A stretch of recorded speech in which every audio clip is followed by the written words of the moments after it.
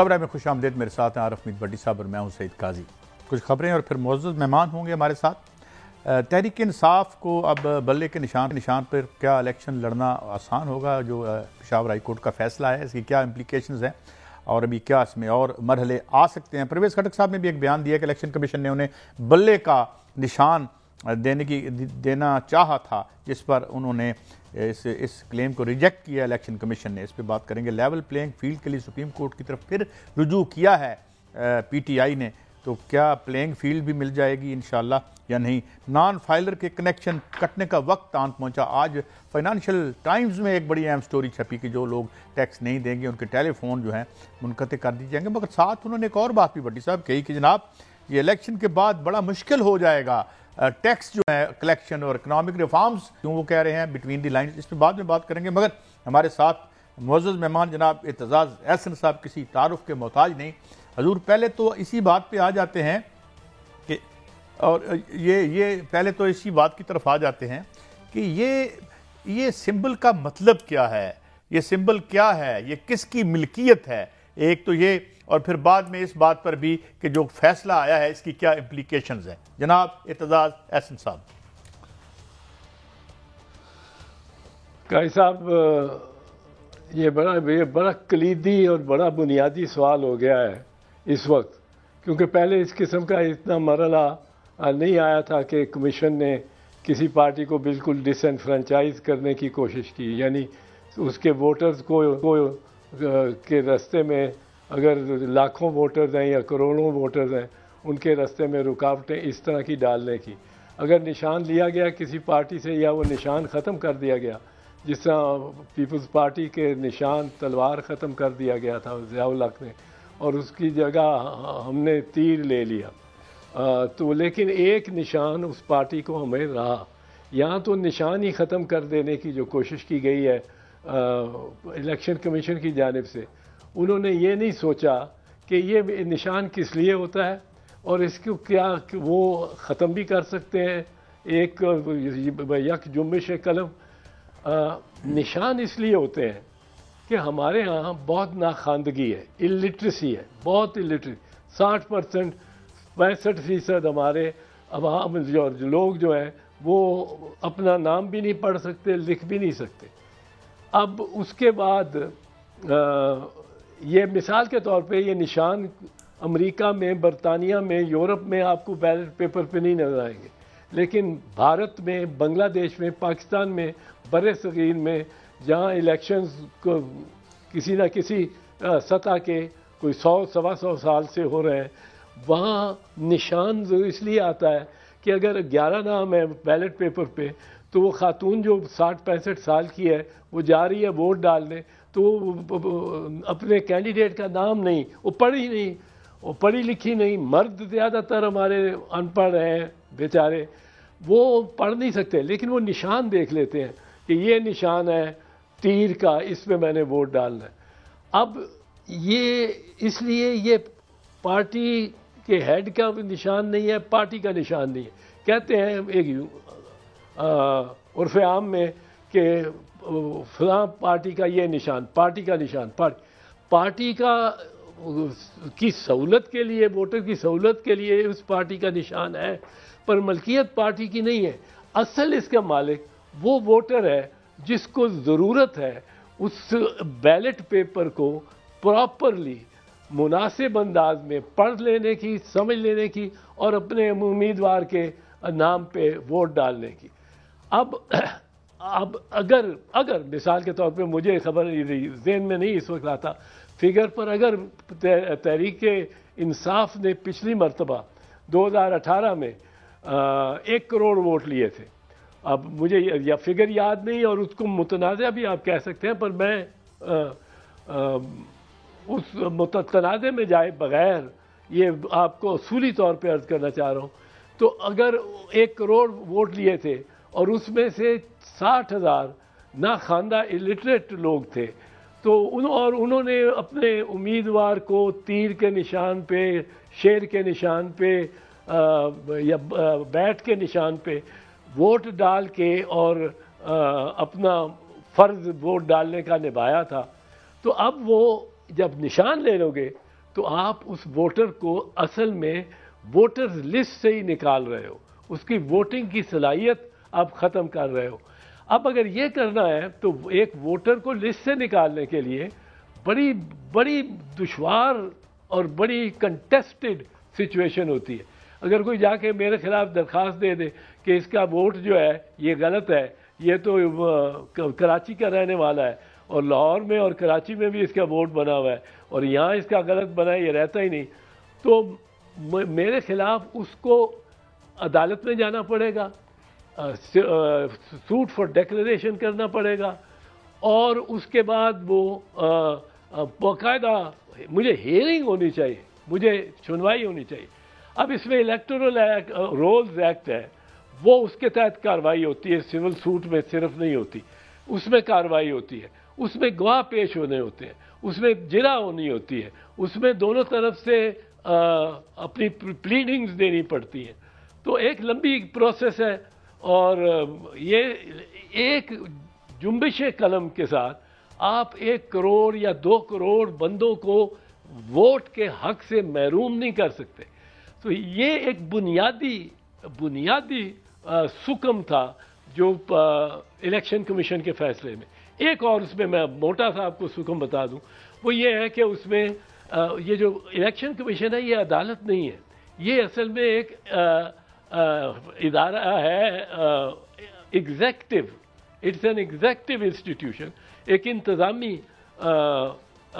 ادارہ ہے جس نے انتظام کرنا ہے الیکشن کا، اس نے خرید و فروخت بھی کرنی ہے، کاغذ خریدنا ہے، سیاہیاں خریدنی ہے وغیرہ، اور بہت سارا اس سب کو پہنچانا ہے مٹیریل کو پولنگ سٹیشن کی تقاضے کے مطابق ہر پولنگ سٹیشن پہ، تو یہ ان کا کام ہے۔ وہ عدالت نہیں ہے، اور وہ عدالت نہیں ہے اگر تو وہ کسی کا حق نہیں چھین سکتی۔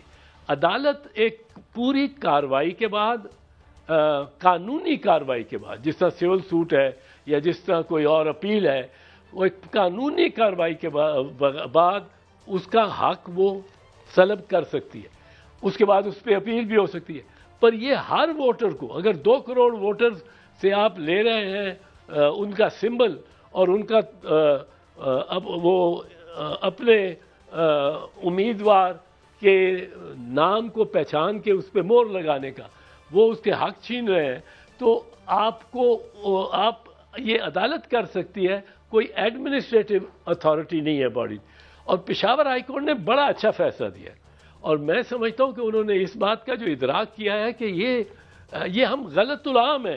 ہر کوئی سوچتا تھا جی پارٹی سمبل ہے، پارٹی سمبل ہے، پارٹی اس کی اتنی سٹیک ہولڈر نہیں ہے جتنا وہ ووٹر ہے جس کو آپ باہر کر رہے ہیں ووٹنگ سے، اور ووٹ ہی نہیں اس کی گنتی ہو رہی، ووٹ ہی نہیں وہ ڈال سکتا، کیونکہ وہ اپنے کینڈیڈیٹ کا، اپنے جو جس امیدوار کو وہ ووٹ ڈالنے چاہتا ہے اس کا نام ہی نہیں وہ پڑھ سکتا 15 ناموں میں جو بیلٹ پیپر پہ۔ تو یہ بہت اچھا فیصلہ ہے ہائی کورٹ کا، اور یہ اس چیز کو میں سمجھتا ہوں کہ عدالتیں پہچان رہی ہیں اس بات کو، عدالتیں زیرک ہیں، وہ یہ جانتی ہیں کہ یہ ووٹ اس نہ پٹیشنر کا ہے نشان، نہ پارٹی ہیڈ کا ہے، نہ یہ کسی پارٹی کا ہے، اصل میں سٹیک ہولڈر اس میں وہ ووٹر ہے، اور اگر اس کو محروم کرنا ہے اس حق سے کہ وہ ووٹ کر سکے کسی بھی طرح براہ راست یا بالواسطہ، وہ اس کو نکالنے کے لیے، اس لسٹ سے یا ووٹ ڈینائی کرنے کے لیے ایک پروسیس ہے، پوری کارروائی ہے، عدالتی کارروائی ہے۔ اس کے بغیر یہ ایک دن اعلان کر دیں، یہ 4-5 ممبران الیکشن کمیشن بیٹھ کے اور 1 کروڑ 2 کروڑ ووٹر کو وائپ آؤٹ کر دیں، یہ نہیں ہو سکتا۔ بسم اللہ الرحمن الرحیم۔ ارتضیٰ صاحب، جو میں نے بات آپ کی بڑی تسلی سے سنی اور میری بھی انفارمیشن میں اضافہ ہوا، اس وقت 12.5 کروڑ ووٹر ہے۔ اگر اس کا مطلب الیکشن کمیشن جو 90 دن میں خود اپنی ذمہ داری پوری نہیں کر سکے آئین کے مطابق الیکشن کروانے کی، پنجاب اور کے پی کے اور پورے ملک میں، اگر 3 بڑی جماعتیں ہیں، پیپلز پارٹی ہے، مسلم لیگ نون ہے یا تحریک انصاف ہے، 12.5 کروڑ ووٹر ہے. اگر ان سے نشان لے لیں اس کا مطلب ہے 12.5 کروڑ یا عوام کی اکثریت سے حق پہ ڈاکہ زنی ہوگی. یہ تو پھر اس طرح ہم تو یہ سمجھ رہے ہیں کہ 3 جماعتوں میں وہ نشان لے لیں کہ شاید 12.5 ٹیکنیکلی شاید 12.5 کروڑ کے ہی یہ حق ختم کر رہے ہیں. کیونکہ مثال کے طور پہ اگر یہ تیر کا نشان نکال دیتے ہیں تو آپ 12.5 کروڑ صرف وہ نہیں جنہوں نے پیپلز پارٹی کو ووٹ دیا ہے پر کل 12.5 کروڑ ووٹر کی یہ چوائس، اس کی چوائس کو آپ چوائس آف کینڈیڈیٹ کو آپ ختم کر رہے ہیں.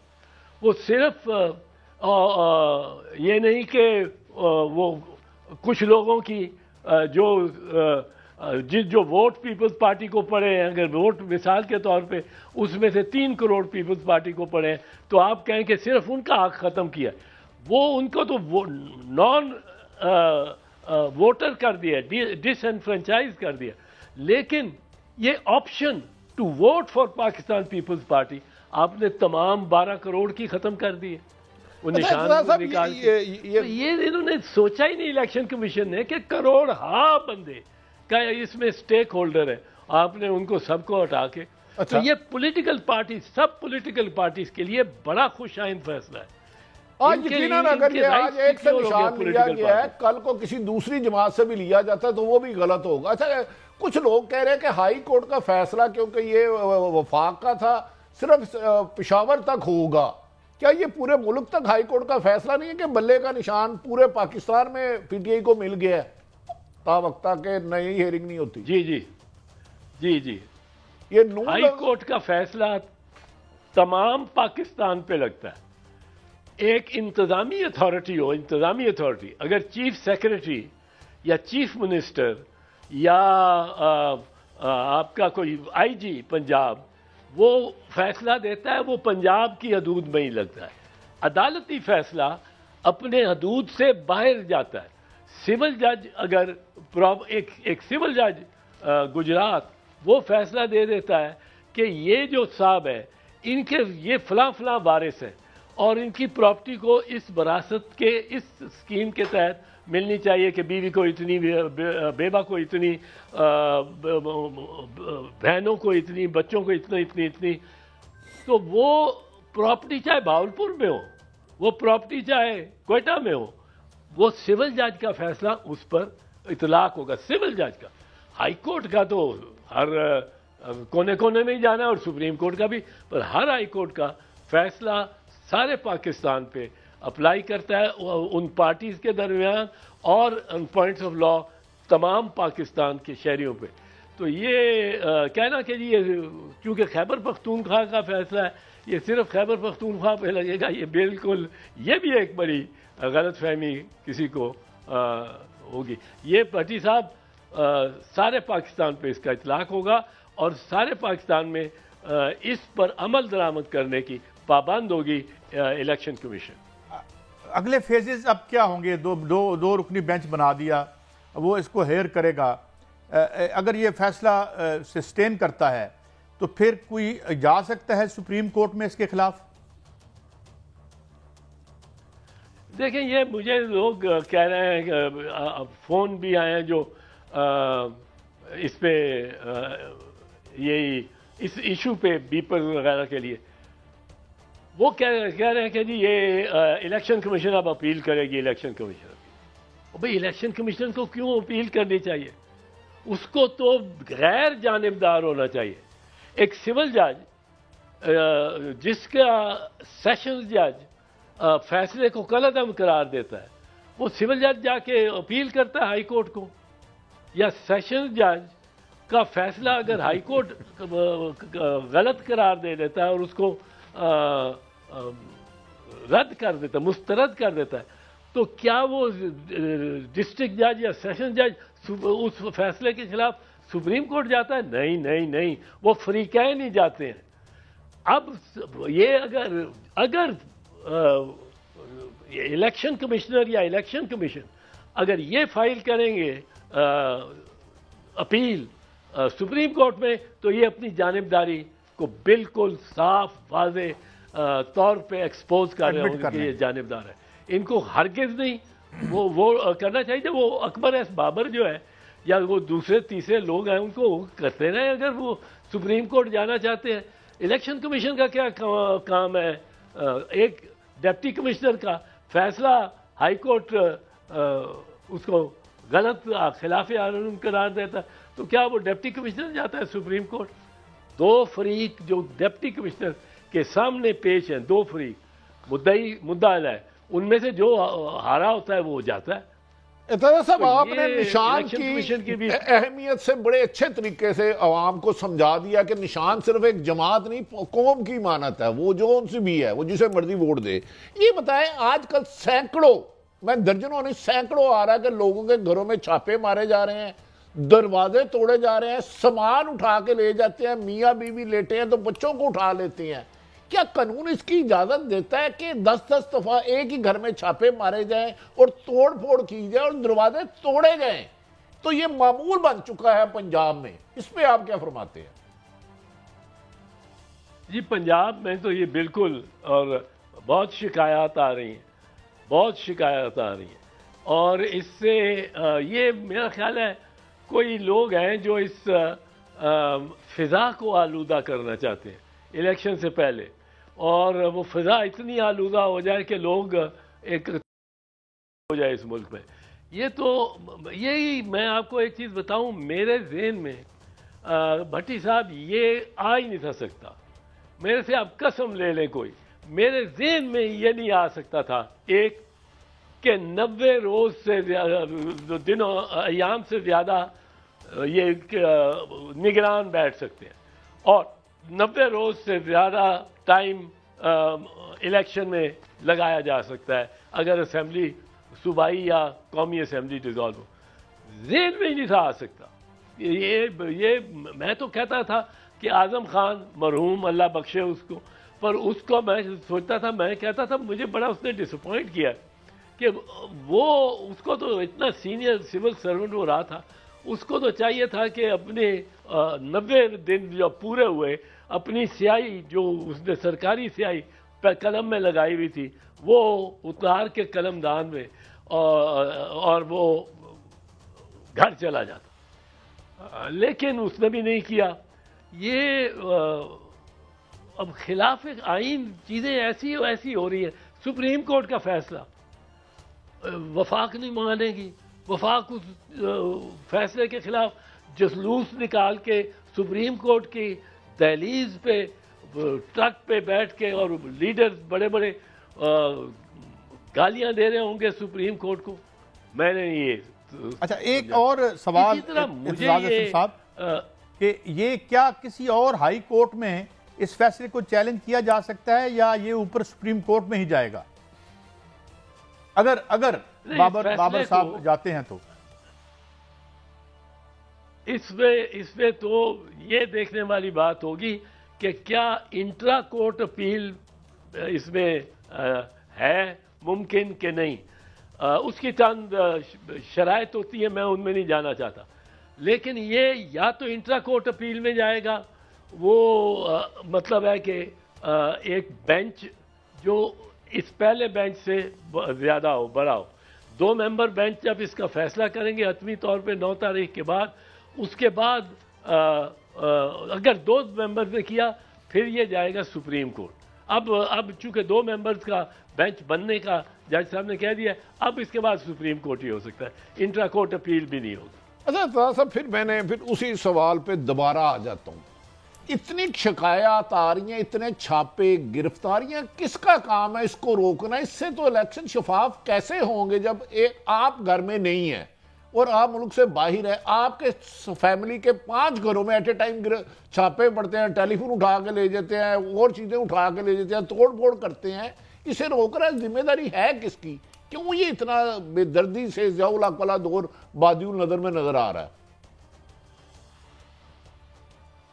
یہ ایک تو پرائمری ذمہ داری اس وقت جب کہ اسمبلی نہیں ہے، الیکٹڈ گورنمنٹ نہیں ہے، یہ چیف الیکشن کمشنر کی ہے. آرٹیکل 220 میں آئین کے میں لکھا ہوا ہے کہ ایوری ایگزیکٹو اتھارٹی، جوڈیشل نہیں، عدالتیں نہیں، پر تمام انتظامی executive authority, every executive authority and officer shell obey the orders of the chief election commissioner. تو چیف الیکشن کمشنر کو جب یہ کہا تھا کہ مجھے 20 ارب روپے نہیں دیتا فائنانس منسٹر، مجھے رینجرز نہیں دیتا انٹیریئر منسٹر، مجھے فوج سیکیورٹی کے لیے نہیں دیتا ڈیفنس منسٹر، اور ان کے خلاف اس نے بیان دیا تھا سپریم کورٹ میں، اس کا جواب ہونا چاہیے تھا. میں اگر وہاں بیٹھا ہوتا جج تو میں کہتا جناب آپ دیکھیں آپ کی صرف یہ آپ کی ذمہ داری نہیں ہے، صرف ذمہ داری نہیں ہے، آپ کا فرض ہے کہ آپ فیئر اینڈ فری الیکشنز کرائیں اور اس کے لیے ساری ایڈمنسٹریٹو مشینری کو بھی استعمال کریں. اور یہ چیز جب کہی جاتی ہے تو اس میں ثابت کیا ہوتا ہے کہ چیف الیکشن کمشنر از دی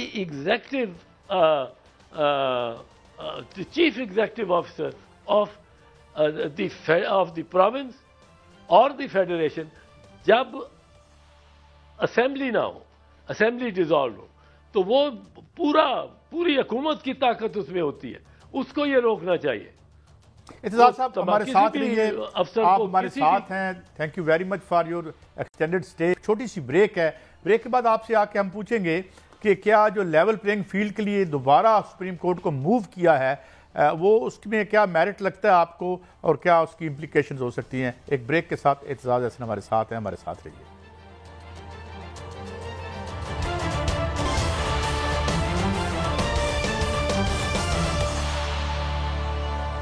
ویلکم بیک. اعتزاز احسن صاحب، یہ لیول پلینگ فیلڈ کی جو ترکیب ہے سو ٹو سے، یہ تو ایک لافنگ سٹاک بن کے رہ گئی ہے. اور جس طرح آپ کہتے ہیں اور بہت لوگوں نے کہا کہ یار آپ فیلڈ دے دیں بھلے لیول ہو یا نہ ہو، اس کے لیے سپریم کورٹ کی طرف رجوع کیا گیا ہے. To what extent do you think کہ ریمیڈی ہو سکتی ہے؟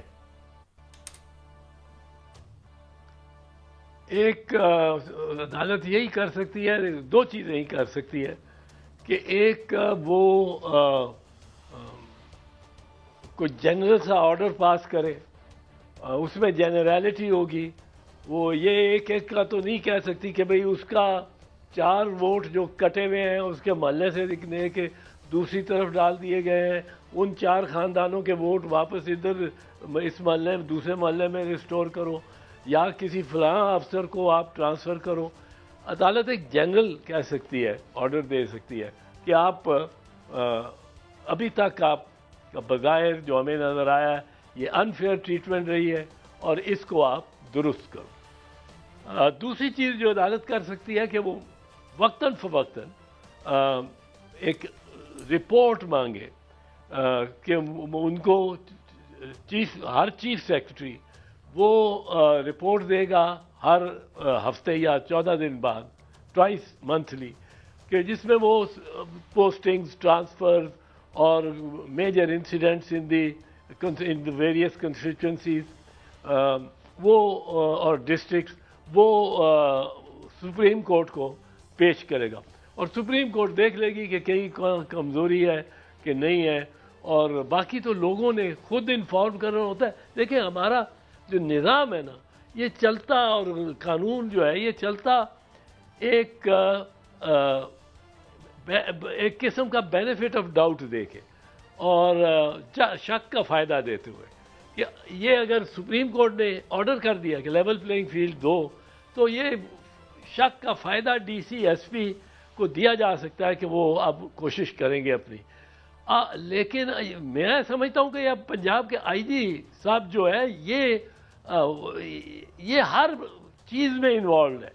یہ 9 مئی میں جو ریاست نے بالکل اپنا سارا مزاحمت اور اس کو ہٹا دیا اور بلوائیوں کو کور کمانڈر کے گھر کے اندر بھی داخل ہونے دیا اور ان کو جی ایچ کیو کی گیٹ پہ بھی آنے دیا، میاں والی میں ایم ایم عالم کے جہاز کو آگ لگانے دی، اور اتنا انہوں نے 18 مقامات پہ پنجاب میں غالباً 18 جو سنا ہے وہ ادھر یہ واقعات ہوئے. لیکن آئی جی صاحب نے کسی تھانے دار کو نہیں پوچھا کہ بھئی تمہارے علاقے میں تمہارے جورسڈکشن میں ایم عالم کا جہاز چل رہا تھا، تم پہنچے نہیں وہاں، تم وہاں کیوں نہیں گئے، اور ایس پی کو بھی کیوں نہیں گئے؟ ایک تھانے دار کو جس کے علاقے میں ایئر فورس کی چھاونی کا دروازے پہ حملہ ہو رہا ہو اور باہر بڑا جہاز اس کو آگ لگائی جا رہی ہو، تو یہ کوئی مان سکتا ہے کہ تھانے دار؟ اچھا اعتزاز صاحب، میں تھوڑی سی آپ سے گزارش کرتا ہوں، اس گھر کو آگ لگ رہی ہے گھر ہی کے چراغ سے، وہ تو جو آپ نے نشاندہی کی اس میں بہت سارے سوالات ہیں۔ 3 بجے لیبرٹی تھے، انہیں 6:30 بجے تک روکا ہی نہیں گیا، لیکن چلے اس کو بھی چھوڑ دیں۔ ہم کہتے ہیں سپریم کورٹ نے جب وہ گئی پی ٹی آئی تو انہوں نے الیکشن کمیشن کو کہا بھئی لیول پلینگ فیلڈ کو شور کرے، انہوں نے بلہ چھین لیا۔ سائفر کے جسے آپ خود کہتے تھے صفر ہے، آپ جیسے صاحب علم کہتے تھے، اس میں شاہ محمود قریشی کی سپریم کورٹ بیل لے لیتی ہے اور عمران خان کی ڈی سی پھر اس کو 16 MP کے تحت گرفتار کر لیتے ہیں، نظر بند کر لیتے ہیں۔ تو عدالتیں کہاں تک جائے گی؟ یہ بیوروکریسی تو بظاہر کنٹرول ہوتی ہوئی بادی نظر میں نظر نہیں آ رہی۔ نہیں، بیوروکریسی کو تو اگر آپ حکم دیں اور وہ آپ سے ڈرتے ہوں، یہ وہ پرائم منسٹر نا، یہ پرائم منسٹر کسی سے نہیں ڈرتے، اس لیے اس وقت بڑا سلو ہو جاتا ہے ان کا کام۔ یہ کسی سیاسی سپیریئر سے نہیں ڈرتے۔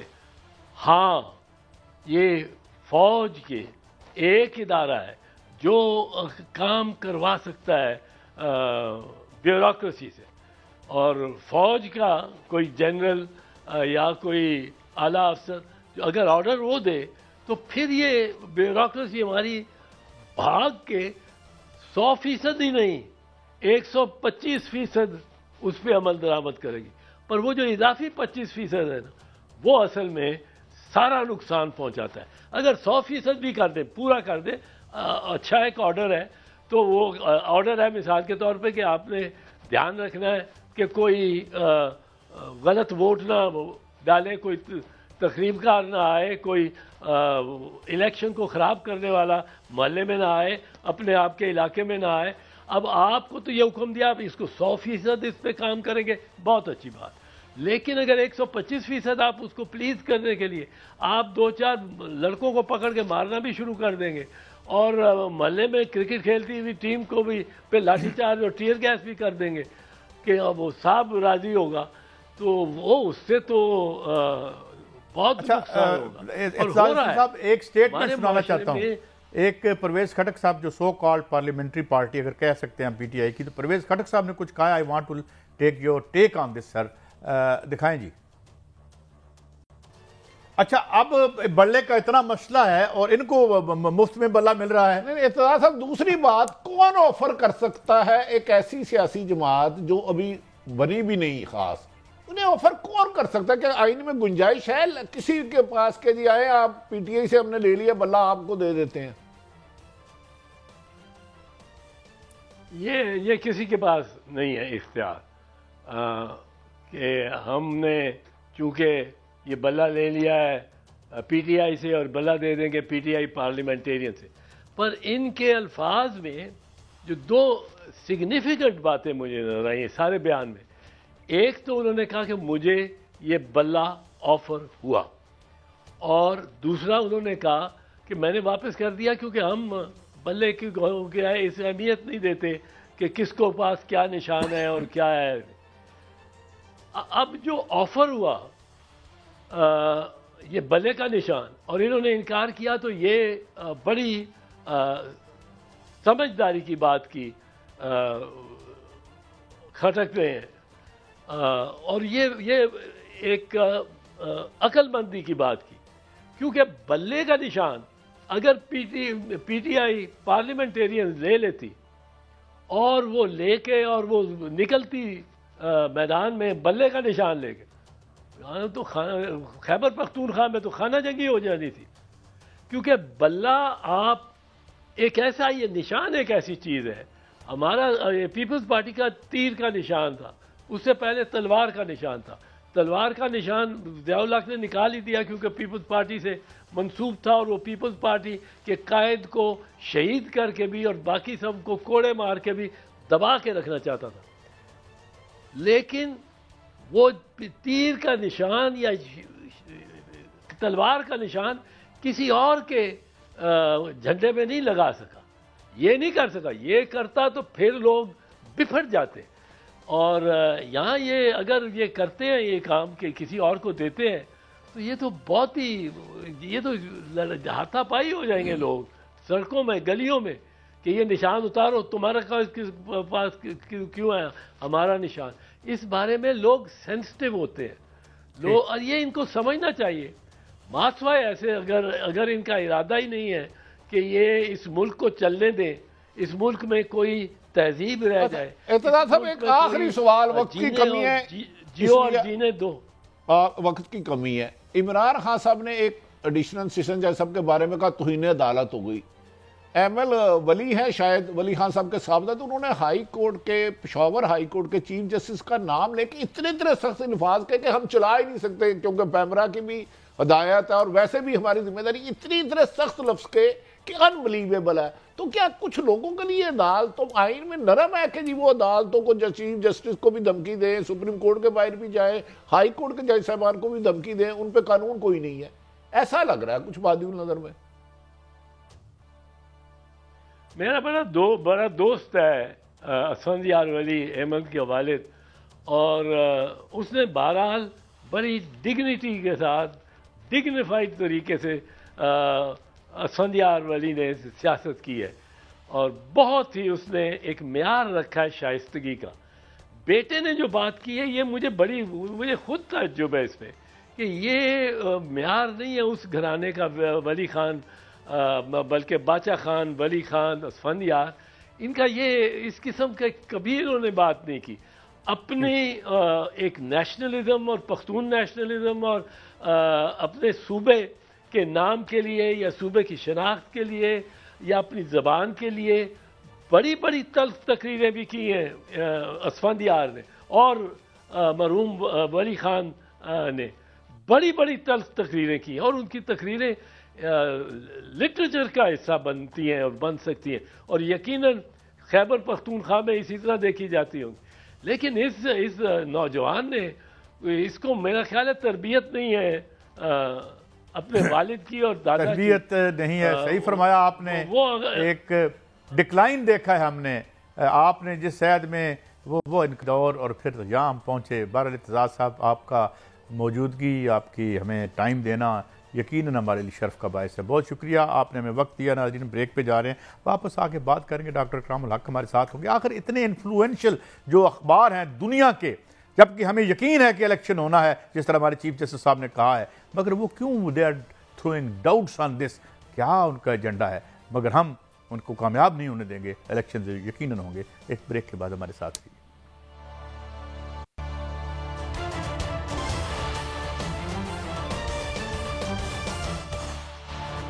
Welcome back.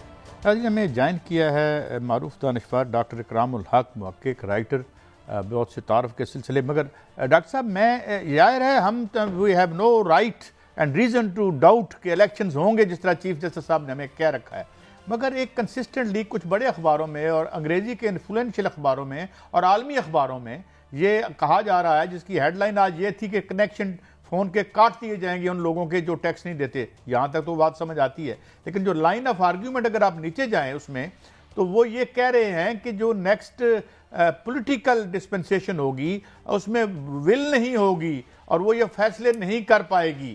تو یہ ہمیں کیا بتانا چاہ رہے ہیں؟ جبکہ اور یہ کیوں اس معیشت کے آرگیومنٹ کو سامنے رکھ کے ہمارے الیکشن کے پیچھے پڑے ہوئے ہیں، جبکہ ہم سب الیکشن چاہتے ہیں اور انشاءاللہ ہوں گے بھی. اس کے پیچھے ڈاکٹر صاحب کیا کہانی ہے؟ ڈاکٹر صاحب جی، یہ لوگ جو بات کرتے ہیں ان کو یہ سوچنا چاہیے کہ پاکستان میں کئی دفعہ میں عرض کر چکا ہوں کہ غریب ترین آدمی بھی موبائل کے ساتھ 15% ایڈوانس انکم ٹیکس ادا کرتا ہے، اور جن لوگوں کو بڑی بڑی ایمنیسٹیاں دی جاتی ہیں وہی ان لوگوں کے ساتھ بیٹھتے ہیں. یعنی کہ اگر سیاستدانوں کے خلاف بھی ہیں تو جو بیوروکریٹس کو انہوں نے دی ہیں بڑی بڑی ایمنیسٹیز، اور آپ دیکھیں FBR اپنے جو سٹاف ہے 1/3 اس سے تو ریٹرنز لے نہیں سکتا، اور اتنے بڑے بڑے مہنگے اشتہار چلا رہے ہیں PTV کو شاید ارننگ کو بڑھانے میں اب FBR بھی رول پلے کرے گا ٹیکس پیئر منی سے. وہاں بڑے بڑے اشتہار یہ لوگوں کو ہتھکڑیاں دکھائی جا رہی ہیں. یہ پوچھا جائے کہ نان فائلر میں جو دنیا میں کوئی کیٹیگری نہیں ہوتی، اس کا آغاز کس نے کیا تھا؟ اور پھر جو بڑی بڑی مراد لی تھی اس میں سارے وہ لوگ شامل نہیں تھے جو غیر منتخب ہیں، اور ان سے کبھی کوئی سوال نہیں پوچھا گیا. اگر آپ پاکستان کی ٹیکس ڈائریکٹری جو انہوں نے چھاپنی بند کر دی ہے 2019 سے، اگر اس کا تجزیہ کریں تو جو امیر ترین لوگ ہیں وہی ٹیکس نہیں دیتے، غریب ترین لوگ تو بیچارے آگے ٹیکس کے بوجھ سے اتنے آگے. اور پھر اس کی وجہ سے آپ دیکھیں کہ اتنا ٹیکس لینے کے باوجود بھی قرضوں کا بوجھ حکومت کا جو ہے، چاہے یہ جو ان کے لیے ایک منتخب اور ایک اور جو ٹیکنیکل گورنمنٹس کی یہ بات کرتے ہیں، انہوں نے آ کے اتنے بڑے بڑے قرضے لیے ہیں کہ آپ کو ڈیلی اتنے نوٹ چھاپنے پڑتے ہیں کہ آپ کی جو انفلیشن کسی طرح نیچے آنے کا نام نہیں لیتی. تو یہ جو ہمارے عالمی ادارے ہیں جن کو ہم نے پیسے دیتے، وہ ان کا بھی ایک دو رخی ہے، ان کے بھی دو چہرے ہیں. دراصل وہ یہاں باتوں باتوں میں تو کہتے رہتے ہیں کہ جی یہاں کی اشرافیہ ٹیکس نہیں دیتی، مگر وہ خود بھی کوئی اسی قسم کی شرط نہیں لگاتے کہ اگر آپ اشرافیہ سے اتنے فیصد ٹیکس نہیں لیں گے تو پھر ہم آپ کو جو ہے مزید انسٹالمنٹس نہیں دیں گے. تو یہ کہانی ہے، بس اب انہوں نے پاکستان کے لوگوں کو آگے رکھا ہوا ہے، اور بہت سے جو دانشور اپنے آپ کو ٹیکس ماہرین بھی کہتے ہیں وہ بھی فضول کی باتیں آ کر کرتے ہیں، جبکہ انہی کے زمانے میں ایک نہیں 4 مرتبہ ایمنیسٹیز دی گئیں، اور وہ اس بات کے بہت بڑے آپ نے دیکھا ہوگا کہ ڈیفینڈر تھے کہ یہ ایمنیسٹیاں جائز ہے. یا یہی نہیں بلکہ انہوں نے کھل کر ان زمانے میں کہا کہ یہ سے ڈالر باہر بھیجنا بالکل عین قانونی ہے، جبکہ وہ انورڈ ریمیٹنسز کے لیے قانون تھا کہ چلیں باہر سے آپ ڈالر لے کر آئیں تو سوال نہیں پوچھا جائے گا. اس کے بارے میں یہ میں نے آج تک کسی سے یہ آرگومنٹ نہیں دیکھا کہ یہاں سے باہر بھیجنا بھی اس قانون کے تحت جائز تھا. تو یہ آپ جو ہم اس طرح کی باتیں سنتے ہیں اس کے پیچھے کچھ چھپی ہوئی خواہشات بہت سے لوگوں کی ہیں کہ پاکستان میں عام لوگوں کو اپنے منتخب ڈاکٹر صاحب گزارش یہ ہے کہ انہیں کو بنا دیا جائے. یہ جو انٹرنیشنل میڈیا سال رہا ہے کہ جب عوام کی حکومت نمائندہ اس کو حکومت کرنے کا حق نہیں ہے، اور جو نگران 15 آئے ہیں 90 دن کے لیے. دوسرا کہا جا رہا ہے جو نان فائلر ہے، اچھی بات ہے جی ان کی بجلی کاٹ دیں گے، گیس کاٹ دیں گے، انہیں ٹریول نہیں کرنے دیا جائے گا، لیکن سنا ہے اس کا آڈٹ کسی ایک تھرڈ فرم سے کرایا گیا اور آئندہ ریکوری بھی وہ کرے گا، تو پھر FBR کس بات کی سیلری لے رہا ہے؟ جی بالکل صحیح فرمایا بٹی صاحب آپ نے. جو ریاستی اداروں کے یہ کام ہوتے ہیں یہ تو ڈیلیگیٹ بھی نہیں کیے جا سکتے کسی ایگزیکٹو کو، چاہے جایا کہ آپ جو کسی تیسری پارٹی کو انوالو کرے. یہ ڈیٹا جو عام لوگوں کا ہوتا ہے ٹیکس کا، یہ ہسٹوریکلی اس کو تک ہی محدود رکھا جاتا ہے، اور جب تک کہ کوئی قانونی ضرورت نہ ہو کسی کو بتایا بھی نہیں جا سکتا. اب آپ دیکھیے کہ بے شمار عورتیں گھروں میں جو ظاہر ہے کہ ان کو فائلر بننے کی ضرورت نہیں ہے مگر ان سے بھی ٹیکس دیا جاتا ہے، جیسے میں نے عرض کیا موبائل کے ذریعے. اور ایک غلط پروپیگنڈا کیا جاتا ہے کہ پاکستان کے سارے لوگ ٹیکس چور ہیں. دراصل یہ اشرافیہ کا اب ایک طریقہ کار بن گیا کہ اپنی طرف سے توجہ ہٹانے کے لیے انہوں نے پوری قوم کو جو ہے وہ مجرم اور ٹیکس چور کہنا شروع کر دیا. اس میں بہت آرٹیکل لکھے، کتابیں لکھی، ڈیٹا سے ظاہر کیا کہ ایسی بات نہیں ہے، مگر یہی لوگ جو اب اوپر آ کر باتیں کرتے ہیں اور نہیں چاہتے کہ پاکستان میں منتخب حکومت ہو، اور وہ ان کی بڑی خواہش ہے کہ ہم جو پروفیسر اپنے آپ کو عقل خود سمجھتے ہیں کہ اگر ہمیں حکومت، اور ایسا کیا بھی گیا، ایک دفعہ دیا بھی گیا. ایک ایسی حکومت نے بہت بڑا رسک لیا جو لوگوں کے ووٹوں سے آئی تھی. انہوں نے ایک پروفیشنل آدمی کو FBR کا چیئرمین بھی بنا کے دیکھ لیا، مگر آپ نے دیکھا کہ اس کے کتنے خوفناک نتائج برآمد ہوئے. تو اس زمانے میں ہم نے نان فائلر کی رجیم کو کتاب سے ہٹا دیتے. اگر آپ ٹیکس کی جو لا ہے اس میں تبدیلی کر دیں تو کوئی نان فائلر نہیں رہے گا. یہ نان فائلر کی اختراع ہی پاکستان میں ان لوگوں نے گھڑی ہے. یا تو آپ فائلر، یا تو آپ ٹیکس کمپلائنٹ ہوتے ہو یا نہیں ہوتے، یعنی یا تو آپ ریاست کے قانون کی خلاف ورزی کرتے ہیں تو پھر نان فائلر کیا، پھر تو آپ مجرم یا ملزم ہوتے ہیں. تو یہ بڑی افسوس کی بات ہے کہ اس میں پھر اس سے زیادہ شرمناک بات یہ ہے کہ یہ میں عرض کر رہا تھا کہ آپ ذرا دیکھ لیجیے گا کہ اتنا ٹیکس نہیں آئے گا جتنے کے اشتہارات جو ہیں وہ FBR کی طرف سے دے دیے جائیں گے، اور یہ تماشا پہلے بھی ہوتا رہا ہے. اچھا ڈاکٹر صاحب یہ فرمائیے کہ UNDP کی ایک سٹڈی جس کے بارے میں ڈاکٹر ہمارے حفیظ پاشا صاحب بھی کہہ چکے ہیں، پہلی سٹڈی میں $17 بلین انہوں نے کہا تھا، بعد میں ان کی سٹوڈنٹس نے اس کو $23 بلین جو ہے ہم سسٹین کرتے ہیں اس اشرافیہ کو جو ہم مراد دیتے ہیں، جس کا آپ بھی ذکر کر رہے ہیں. پہلی بات تو یہ do you by this figure, اور اگر یہ ہے تو کتنا سٹیگرنگ اماؤنٹ ہے، ہمیں کیا ضرورت ہے اگر اس کو ہم پکڑ لیں تو پیسے لینے کی باہر سے؟ جی بالکل صحیح فرمایا آپ نے. یہ تو UNDP کی اسٹڈی سے بہت آگے کی اسٹڈی آپ پائڈ نے کی ہے، جس میں انہوں نے بتایا ہے کہ ایک جو ہمیں یہ آدمی ہے یہ اپنی لائف ٹائم میں کتنے کا پڑتا ہے. صرف یہ امراض یہاں تھوڑی رک جاتی ہیں، ریٹائرمنٹ کے بعد پھر آپ دیکھیے کہ ان میں سے کئی لوگ جو ہیں وہ کتنی پینشن لیتے ہیں، کتنی دوسری مراد ان کو گھر بھی ملے رہتے ہیں. اور پھر ظاہر ہے پولیٹیشینس کو بھی وہی مراد چاہیے ہوتی ہیں. جب وہ آتے ہیں تو کہتے ہیں بھائی ایک جو 22ویں گریڈ کا آفیسر ہے اس کو تو یہ مراد ملتی ہیں تو مجھے کیوں نہیں ملتی. تو یہ پورے پاکستان میں انہوں نے یہ مسئلہ رکھا ہے کہ دراصل ہم عام عوام کی جو ہے ان کی تو ہڈیوں سے بھی اور ان کے خون کے اندر بھی جو آخری قطرہ رہ جائے وہ بھی ٹیکس کے طور پہ وصول کریں گے اور اس کے اوپر پھر عیاشیاں کریں گے. اگر یہ اس ٹیکس کے ہمارا یہی فائدہ ہوتا کہ ہمارے کم از کم ڈیٹ تو ہماری ڈیٹ سروسنگ تو بڑھتی چلی جا رہی ہے. اب آپ دیکھیے کہ نیٹ انکم اس وقت جو ہے ہماری فیڈرل گورنمنٹ کی وہ ڈیٹ سروسنگ سے بھی کم ہے، یعنی کہ ہمیں سود کے لیے بھی مزید قرضہ لینے کی ضرورت ہے. تو یہ کس طرح کی باتیں کرتے ہیں؟ تو آپ جو فگر بتا رہے ہیں اس سے کئی گنا زیادہ ہمارے اوپر ریاست کے شراکیہ کا بوجھ ہے. تو ڈاکٹر صاحب یہ اتنی حکومتیں آتی ہیں، ان کا ہر مقصد غریب آدمی کو نچوڑنا ہے. جیسے آپ کہہ رہے ہیں موبائل لیا، کسی نے کپ لیا، پینسل لی، اس پہ بھی دیا ہے. جو ایلیٹ کلاس ہے، ارب کھرپتی، وہ انکم ٹیکس پورا نہیں دیتی. انہیں 10-2 ارب روپیہ لگتا ہے تو وہ 5 کروڑ بھی نہیں دیتے. کیا ان کو قانون کی گرفت میں لایا جا سکتا ہے؟ یہاں یہ FBR کے ساتھ ملی بھگت کے ساتھ ہوتا ہے اور 500 ارب کے سنا ہے کہ نوٹ غائب ہو گئے ہیں. یہ کہاں جا سکتے ہیں جو خبریں آ رہی ہیں بادی نظر میں؟ جی بٹی صاحب، سارا ڈیٹا ان کے پاس موجود ہے، ایک کا ڈیٹا ان کے پاس ہے، مگر ان کو تو مراد کیا اس کے علاوہ ایمنیسٹیز دیجیے. جب کبھی بھی یہ موقع آ جائے، باہر سے انفارمیشن آ جائے کہ کہاں کہاں باہر اثاثے رکھے ہیں، ملک کے اندر اثاثوں کا، آمدن کا، ہر طرح کا ڈیٹا موجود ہے، تو فوری طور کے اوپر نہ اس کو ظاہر کیا جاتا ہے بلکہ سوچا جاتا ہے کہ ایک اور نئی ایمنیسٹی لائی جائے. اور آپ دیکھیے گا کہ یہ پھر آئے گی، کیونکہ یہ لوگ نہیں چاہتے کہ یہ ٹیکس دیں. اور اسی وجہ سے آپ نے بالکل صحیح فرمایا ہے کہ جو عام لوگ ہیں ان کے اوپر ابھی ایک اسٹڈی ایشین ڈیولپمنٹ بینک نے کی تھی کچھ سال پہلے، اس کا بوجھ ہے 44 سے 40. ون لاسٹ کوسچن آخری لمحے ہے ڈاکٹر صاحب، میں یہ چاہوں گا یہ بتائیے کہ کیا جو نان ٹیکس فائلرز ہیں، جس طرح کہا جا رہا ہے کہ جناب ان کے کنیکشن کاٹ دیے جائیں گے یا ان کے اکاؤنٹس منجمد کر دی جائیں گے، do you think they can they go to that extent? Account تو ان کے، ہمارے کیا ہے، ہمارے تو 4% بھی نہیں ہوتے. نہیں، بٹ جب دوسرا یہ ہے کہ یہ بہت سی چیزیں اب شخصی آزادیوں کے ضمن میں بھی آتی ہیں، اور یہ جن چیزوں کا ہم اب ذکر کرتے ہیں یہ اب اگر آپ آئین کو بھی دیکھیں تو یہ ہماری جو ہے بنیادی رائٹ ٹو لائف میں بھی آتی ہیں.